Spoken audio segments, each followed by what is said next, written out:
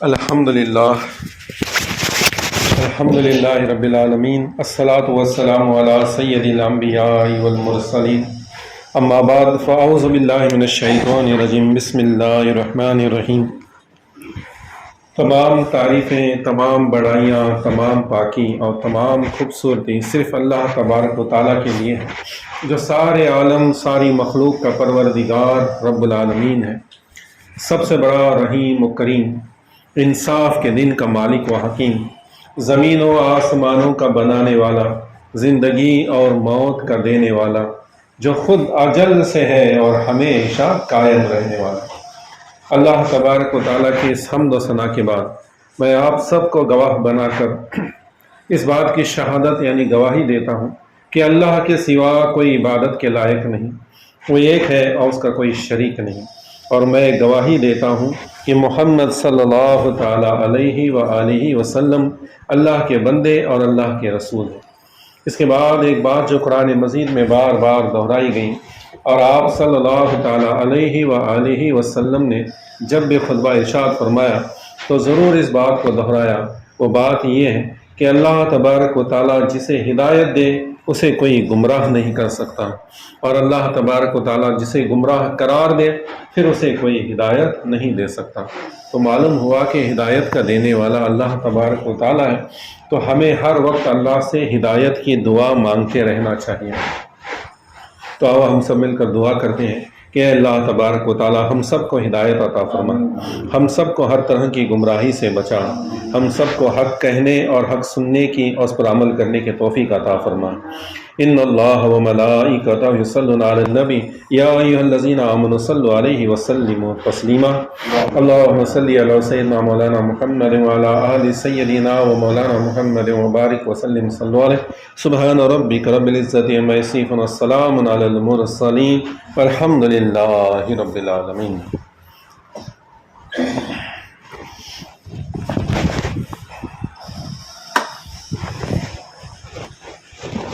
آج کی جمعہ جو ہم بیان سننے والے ہیں وہ سستی اور غفلت ایک دل کی بیماری ہے۔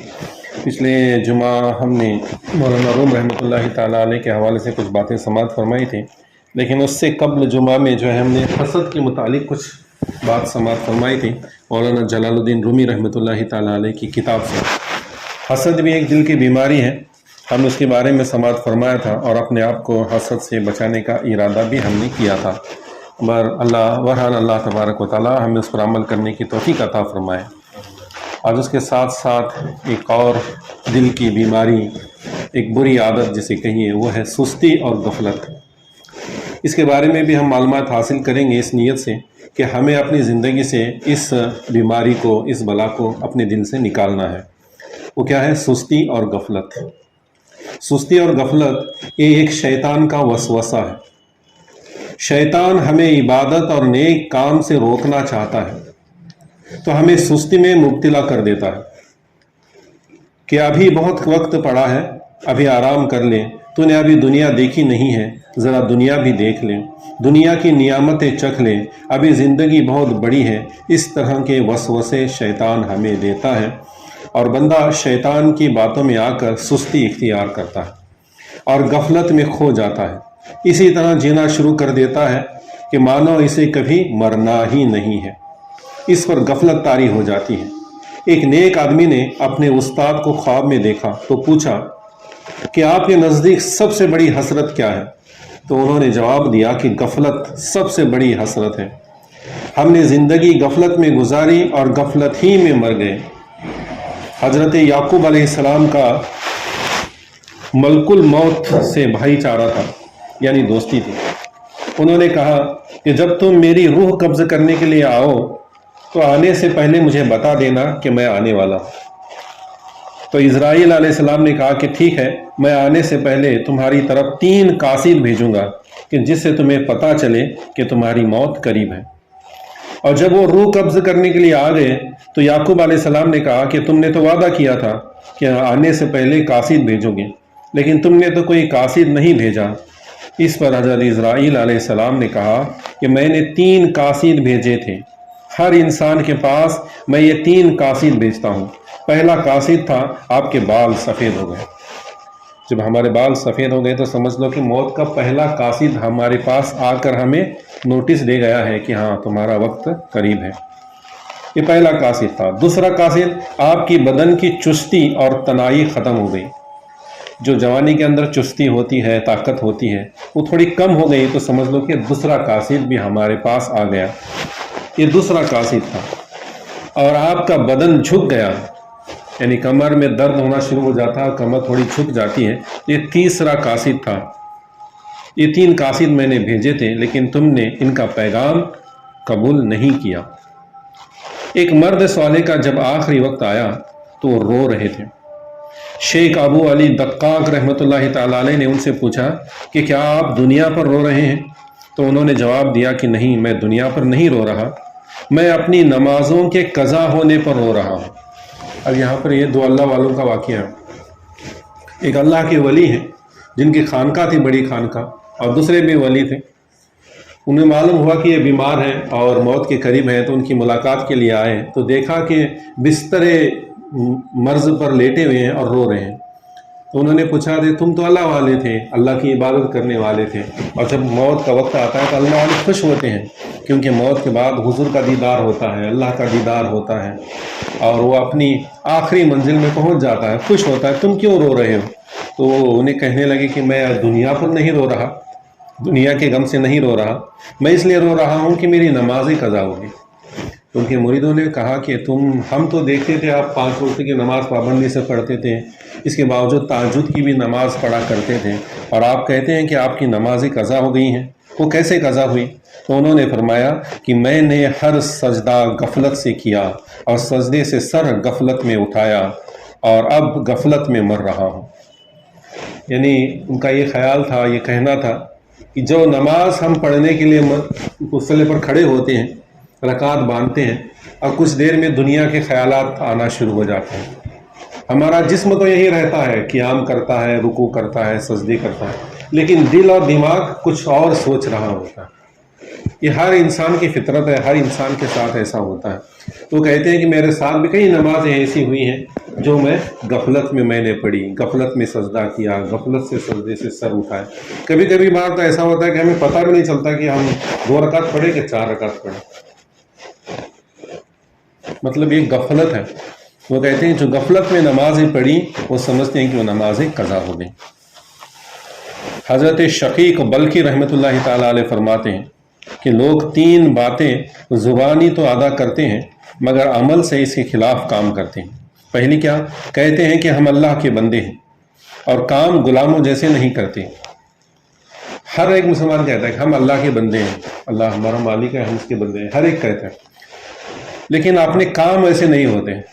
بندے کا معنی یہ ہے کہ ہم اللہ کے بندے ہیں، اللہ کے غلام ہیں، ہمیں اللہ کی مرضی میں اپنی زندگی گزارنی ہے، لیکن ہم اپنی زندگی جو ہے اپنی مرضی کے مطابق گزار رہے ہوتے ہیں۔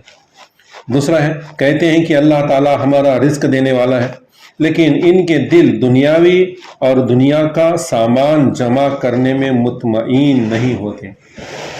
دوسرا وہ لوگ بھی جھوٹے ہیں جو کہتے ہیں کہ ہمارا رزق دینے والا اللہ ہے، لیکن دنیا جمع کرنے میں لگے رہتے ہیں۔ ایسے لوگوں کا کہنا بھی جھوٹا ہے۔ ان کے لیے ایک مثال دی جاتی ہے کہ کتا ایک ذلیل جانور ہے، ناپاک جانور ہے، جس کے چھونے سے، جس کے منہ اپنے جسم پر لگنے سے ہمیں جو ہے غسل کرنا، یا اگر کپڑے پر لگا ہے تو ہمیں کپڑا بدلنا ہمارے لیے ضروری لازم ہو جاتا ہے۔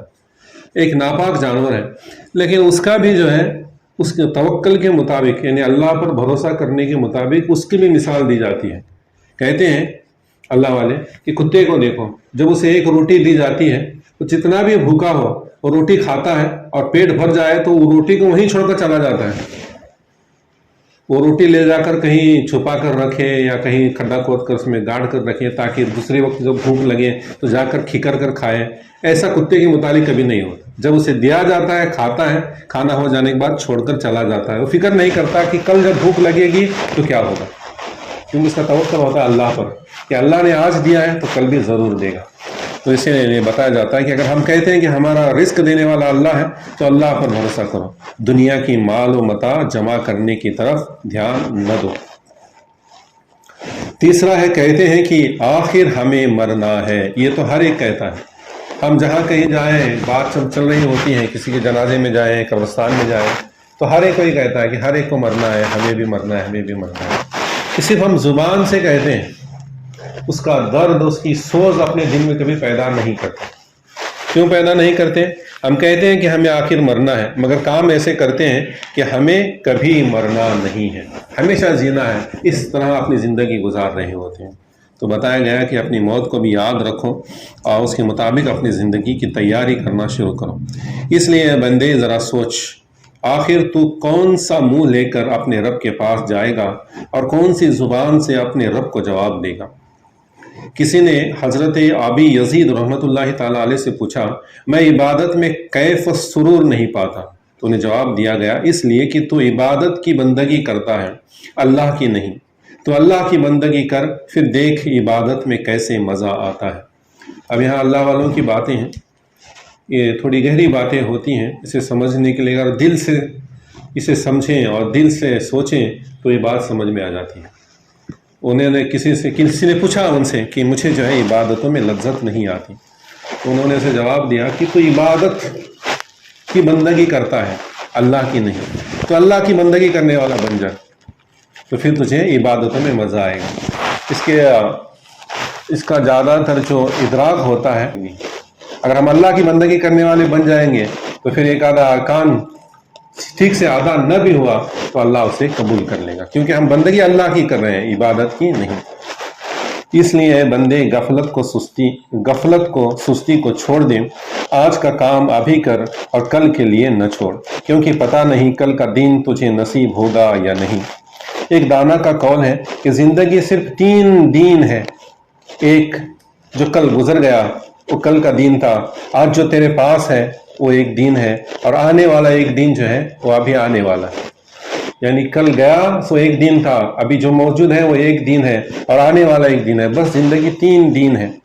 جو کل گزر گیا اس پر آپ تیرا قابو نہیں، جو چلا گیا سو چلا گیا، اب وہ واپس لوٹ کر آنے والا بھی نہیں، اور ہمیں اس میں کوئی رد و بدل بھی نہیں کر سکتے. اگر گناہ ہوئے ہیں تو ہمیں اس کو کھوڑ نہیں سکتے. جیسے اسکول میں پڑھنے والے بچے ہیں، اپنی بیاضوں پر کچھ لکھتے ہیں، اگر غلط ہو جائے تو اسے کھوڑ ربر سے کھوڑتے ہیں. تو ایسا ہم نہیں کر سکتے، بس ہمارے پاس توبہ کا ایک دروازہ رہ جاتا ہے.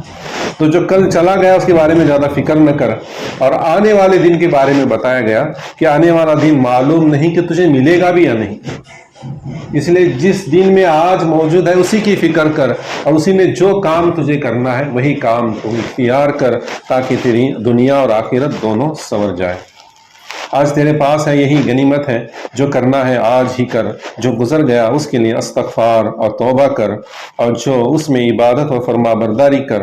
اور ہمیشہ تیار رہ کہ تمام کاموں سے فارغ ہو کر ہمہ وقت اللہ کی طرف جانے کے لیے تیار رہیں، کہ موت کسی بھی وقت آ سکتی ہے. اس لیے آج کا جو کام ہے ابھی کر لیں. ایک عابد تھا، اللہ سے دعا کرتا تھا کہ اے اللہ، میں شیطان کو دیکھنا چاہتا ہوں. یہ مکاشفۃ القلوب یعنی امام غزالی رحمۃ اللہ تعالیٰ علیہ کی کتاب ہے، اس کے اندر کا واقعہ ہے کہ ایک اللہ کا بندہ جو اللہ کی عبادت کرنے والا تھا، وہ بار بار اللہ سے دعا کرتا تھا کہ اے اللہ تبارک و تعالیٰ، میں شیطان کو دیکھنا چاہتا ہوں، میں شیطان کو دیکھنا چاہتا ہوں. بار بار اصرار کرتا تھا. تو اللہ تبارک و تعالیٰ نے اس کی دعا قبول کر لی، اور شیطان کا اس کا وقت مقرر کر دیا گیا. اور اس مقررہ وقت پر جب دونوں پہنچے، جب شیطان سے ملنے گیا تو اسے دیکھا، دیکھتے ہی اسے مارنے کے لیے غصے سے اس پر جھپٹ پڑا. اب یہ عبادت کرنے والا شخص شیطان سامنے آتے ہی مارنے کے لیے غصے سے اس پر جھپٹ پڑا، یعنی اس پر ہاتھ اٹھایا. جو کرنا تھا غصے کا اظہار اس نے کیا. اس طرح کے واقعات ہمیں جو ہے نا یوٹیوب پر اور اس کے پر فیس بک پر واٹس ایپ پر دکھائی دیتے ہیں کہ حج اور عمرہ کو جانے والے لوگ جو ہوتے ہیں، حج کو جانے والے لوگ، وہ جمرات جہاں پر شیطان کو کنکریاں ماری جاتی ہیں، وہاں پر بڑے زور سے اور جوش سے شیطان کو کنکر مارتے ہیں. کچھ لوگ تو اتنے جوش میں ہوتے ہیں کہ مانو شیطان کے سامنے کھڑا ہے اور اسے پتھر مار رہے ہیں. اسی کے ساتھ ساتھ بدر کا بھی ایک واٹس ایپ پر کلپ آیا تھا کہ جنگ بدر کے اندر جو ہے ابو جہل کی قبر ہے، مزار قبر ہے. اس کی قبر کیا ہے؟ پتھروں کا ایک ڈھانچہ ہے، اور وہاں پر ابو جہل کو گاڑ دیا گیا ہے. تو جو مسلمان جاتے ہیں وہ جوش میں آ کر بڑے ایک تو بہت بڑے ضعیف آدمی ہیں، انہیں اتنا بڑا پتھر اٹھا کر وہ ابو جہل کی قبر پر ایسے مارے، جوش میں مارے. تو اسی طرح یہ شخص کو جب شیطان سامنے آیا تو غصے سے جو ہے اس پر جھپٹ پڑا اسے مارنے کی.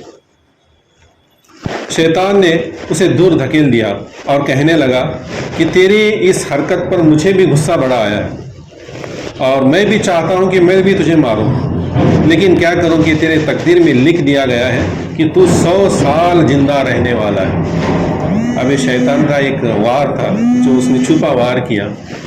جب مارنے کے لیے دوڑا تو اسے ڈھکیل دیا اور کہنے لگا کہ تجھے جیسا غصہ آیا ویسا مجھے بھی غصہ آیا ہے، میں بھی چاہوں تو تجھے مارنا چاہتا ہوں، لیکن کیا کروں کہ تیرے مقدر میں 100 برس زندہ رہنا لکھا ہے. یہ کہا اور شیطان چلا گیا. اب جانے کے بعد کیا ہوا؟ اس لیے میں تجھے چھوڑ جاتا ہوں. شیطان تو اتنا کہہ کر چلا گیا، لیکن اس عابد کے دل میں فتنہ پیدا ہو گیا کہ 100 سال زندہ رہنا ہے، تو ابھی اتنی عبادت کیوں کروں، اتنی تیاری کیوں کروں، کیا ضرورت ہے؟ ابھی زندگی کے مزے لینا باقی ہے. کل میں توبہ کر لوں گا اور کل سے عبادت پھر شروع کر دوں گا. اور وہ ہلاک ہو گیا. یعنی شیطان نے بس اتنا کہہ کر چلا گیا کہ تجھے برابر 100 سال جینا ہے، تیرے مقدر میں اتنی عمر لکھی ہے. تو اس کے دل میں فتنہ پیدا ہو گیا، کہنے لگا مجھے 100 سال جینے ہیں، ابھی تو 30 سال ہو گئے ہیں، ابھی بہت زندگی پڑی ہے، ابھی زندگی کے مزے کر لیتا ہوں، ابھی 20 سال عیاشی کر لیتا ہوں، جو چاہے جو زندگی کے مزے ہیں لوٹ لیتا ہوں، پھر بعد میں توبہ کر لوں گا، پھر عبادت میں لگ جاؤں گا. اور وہ اپنی عبادت کو چھوڑ بیٹھا اور دنیا کی لذت میں جو ہے وہ مشغول ہو گیا. اس لیے موت کو بہت قریب جانا. ہمارے آقا صلی اللہ تعالیٰ علیہ وآلہ وسلم فرماتے ہیں کہ ایک سلام جب میں پھیرتا ہوں تو مجھے یقین نہیں ہوتا کہ دوسرا سلام پھیرنے کی مجھے مہلت دی جائے گی یا نہیں. تجھے آخرت کی بڑی تیاری کرنی ہے اور وقت بہت کم ہے، اس لیے سستی کو چھوڑ دیں. اور وقت اپنی رفتار سے چلتا ہے، تیرے کام کرنے یا نہ کرنے سے بھی وہ کٹ جائے گا، بیٹھے رہنے سے بھی وقت کٹ جائے گا اور سوئے رہنے سے بھی وقت کٹ جائے گا.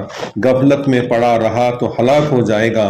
امام اعظم بازار میں گئے تھے کہ ایک اب خورا برف بیچنے والا درد بھری آواز سے پکار رہا تھا. یہ آخری جو بیان میں نے بھی کیا اس کا آخری عنوان ہے کہ مولانا امام غزالی رحمۃ اللہ تعالیٰ علیہ نے اپنی حیات مبارکہ کا واقعہ بیان کرتے ہیں کہ جب میں بازار میں چلا گیا تو وہاں پر ایک برف بیچنے والا تھا، برف بیچ رہا تھا اور بڑی درد بھری آواز سے لوگوں کو پکار رہا تھا کہ دھوپ تیز ہو رہی ہے، میرا برف خرید لو ورنہ میں ہلاک ہو جاؤں گا، میری برف پگھل رہی ہے، میری برف خرید لو.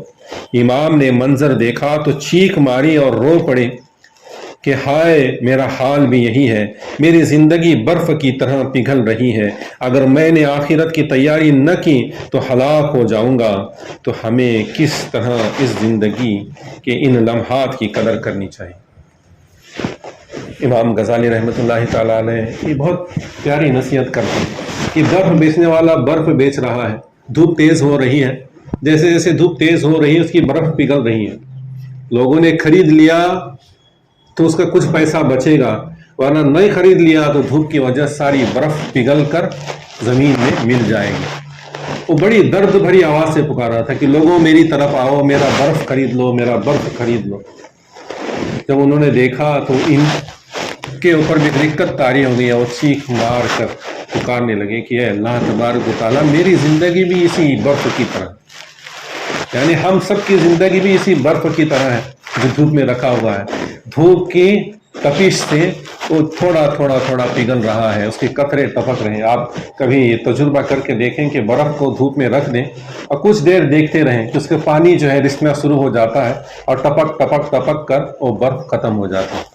اسی طرح ہماری زندگی کا یہ حال ہے کہ ہمارا ایک ایک سال، ایک ایک دن اس برف کی طرح پگھل رہا ہے، ٹپک رہا ہے، ختم ہو رہا ہے، اور ہم رفتہ رفتہ، لمحہ لمحہ، قدم قدم اپنی قبر کی طرف جا رہے ہیں. تو امام غزالی رحمۃ اللہ تعالیٰ علیہ فرماتے ہیں کہ ہم سب جانتے ہیں لیکن اس کی تیاری نہیں کرتے. یہ جانو یہ سب حقیقتیں ہیں. یہ شیطان نے وسوسہ دلایا کہ 100 برس جینا ہے، وہ لگا رہا کہ میں 50 برس تک دنیا کی عیاشی کر لوں گا، جیسے ملے گا پیسہ کما لوں گا، اس کا لوٹ لوں گا، اس کا لوٹ لوں گا، اس کا ہڑپ کر لوں گا، یہ کر لوں گا، وہ کر لوں گا، اور پھر آخر میں توبہ کر کے عبادت گزار بن جاؤں۔ نہیں، مہلت نہیں ملی۔ سامان 100 برس کا ہے، کہ ہر سامان چلتا پھرتا جو نظر آتا ہے 100 برس کا ہے، لیکن پل کی خبر نہیں، معلوم نہیں کب موت کسے آ جائے۔ پیدا ہوتے وقت سیکوینس ہے کہ پہلا بڑا بیٹا ہوگا، دوسرا چھوٹا، پھر تیسرا اس سے چھوٹا، لیکن مرتے وقت دیکھا ہے کہ کبھی کسی کی سیکوینس سے مرا ہے کہ پہلے بڑا بھائی مرا، پھر چھوٹا بھائی مرا، پھر ننھا بھائی مرا؟ نہیں۔ ہم دیکھتے ہیں کہ چھوٹے ابھی رہ گئے، چھوٹے چلے گئے، بڑے ابھی باقی ہیں۔ یعنی مرنے کی کوئی سیکوینس نہیں، جیسے پیدا ہونے کی سیکوینس ہے۔ سامان 100 برس کا ہے، پل کی خبر نہیں۔ لائی حیات تو آئے، لے چلی قضا تو چلے، نہ اپنی مرضی سے آئے، نہ اپنی مرضی سے چلے۔ نہ دنیا میں آنا ہماری مرضی سے تھا، نہ جانا اپنی مرضی سے۔ اس لیے علامہ اقبال فرماتے ہیں کہ تیرے آزاد بندوں کی نہ یہ دنیا نہ وہ دنیا، یہاں مرنے کی پابندی اور وہاں جینے کی پابندی۔ یعنی دنیا کے اندر ہر انسان کو مرنے کی پابندی ہے، ہر انسان کو ایک نہ ایک دن مرنا ہے۔ اپنی حیات میں رہتے ہوئے اپنی زندگی کو کیسے گزارنا ہے وہ خود سوچے سمجھے، اور اس طرح اپنی زندگی گزارے کہ اس کی دنیا بھی سنور جائے اور آخرت بھی سنور جائے۔ اور آخرت کی زندگی کیا ہے؟ وہاں کون سی پابندی ہے؟ وہاں جینے کی پابندی ہے۔ وہاں تمہیں جینا ہی ہوگا، وہاں تمہیں موت نہیں۔ یہاں ہمیشہ رہنا نہیں اس دنیا میں، اور وہاں پر جو ہے ہمیشہ رہنا ہے، وہاں پر موت نہیں آئے گی۔ اور جان لو کہ اگر اس آخرت کی زندگی میں اگر ہمیں عذاب دوزخ کا سامنا کرنا پڑا، ہمیں عذاب دوزخ میں ڈالا گیا، ہم عذاب دوزخ کے مستحق بنے، تو پھر سوچو کہ ہمارا کیا بنے گا، جو ختم ہی نہیں ہونے والا۔ ہم دنیا میں اگر کسی کو بہت زیادہ پریشانی آئے، تکلیف آئے، مصیبت آئے، تو آخر میں اس کی زبان سے لفظ آ جاتا ہے کہ کاش مجھے موت آ جائے تاکہ تب سب سے چھٹکارا مل جائے۔ یہ دنیا کا معاملہ ہے، موت آ جائے سب سے چھٹکارا مل جاتا ہے۔ بوڑھا ہو گیا ہے، کمر درد کر رہی ہے، گھٹنے درد کر رہے ہیں، دانت درد کرتے ہیں، آنکھوں سے دکھائی نہیں دیتا، بہت پریشانی میں زندگی گزار رہا ہے، کہاں سے موت آئے سب سے چھٹ جائے۔ موت آتی ہے، گھٹنوں کا درد چلا گیا، دانتوں کا درد، آنکھوں کا درد، سب کچھ چلا گیا۔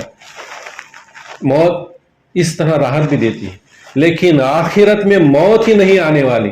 تم چاہے جتنے شدید عذاب میں ہو، تم تمنا کر رہے ہو کہ مجھے موت آئے، مجھے موت آئے، لیکن موت نہیں آئے گی۔ اور جنت ملی تو پھر نعمت ہی نعمت ہے۔ پھر بھی وہاں کوئی کہے گا کہ مجھے ہمیشہ یہاں رہنا ہے، تو اس کے لیے ہمیشہ کی زندگی ہے۔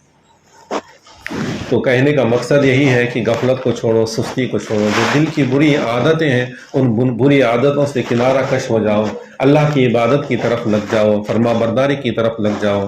یہ زندگی جیسے تیسے کٹنی ہی ہے۔ جتنی حیات ہماری لکھی ہے، 80 سال لکھی ہے، تو یہ کٹنے ہی والی ہے۔ اگر ہم نیکیاں کریں گے تب بھی کٹے گی، گناہ کریں گے تب بھی کٹیں گی، عبادت کرتے رہیں گے تب بھی کٹیں گی، سوئے رہے تب بھی کٹے گی۔ وقت کی سوئی کبھی رکنے والی نہیں۔ اس گھڑی سے سیل نکال کر لیں گے تو